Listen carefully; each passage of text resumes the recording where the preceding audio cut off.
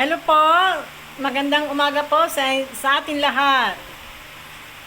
Nais ko lang pong mag-share ng aking opinion. Alam niyo po kasi marami pong nagsasabi na ang ating pangalawang Pangulo ay may diferensya sa kanyang mental health.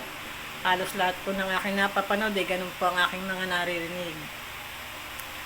Kung alam niyo po, nakakabahala po ito, lalo yung mga binitiwan salita ng ating pangalawang Pangulo para pong, ano po yun, first time in the history. Ngayon lang tayo nakarinig ng ganong mga salita galing sa pangalawang Pangulo. Alam po niyo po, nakakabahala po ito. Kung yung pong totoo po yung mga sinasabi dun sa mga napapanood ko na may diferensya, maaring merong problema ang ating pangalawang Pangulo sa kanyang mental health, ay ito po yung nakakabahala.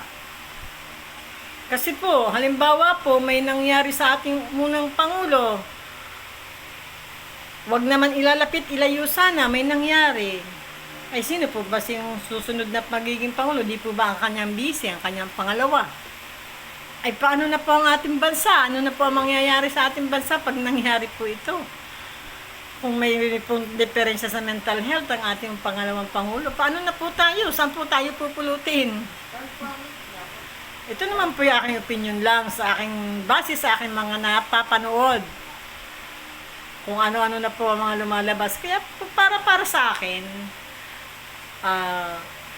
kung sa palagay po nitong ating mga mambabatas, mga congressman, ay meron naman silang, kaysa naman magsalita sila, kung meron naman silang ebidensya, bakit hindi po nila gawin? Kung kinakailangan i-impeach para alam nyo na, ay kasi nakakabahala po ang ating mga magiging katayuan sa buhay kapag nangyari po yung hindi dapat mangyari.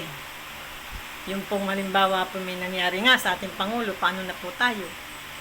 Siyempre po, ang pangalawang Pangulong uupo, paano na po tayo? Saan tayo pupulutin?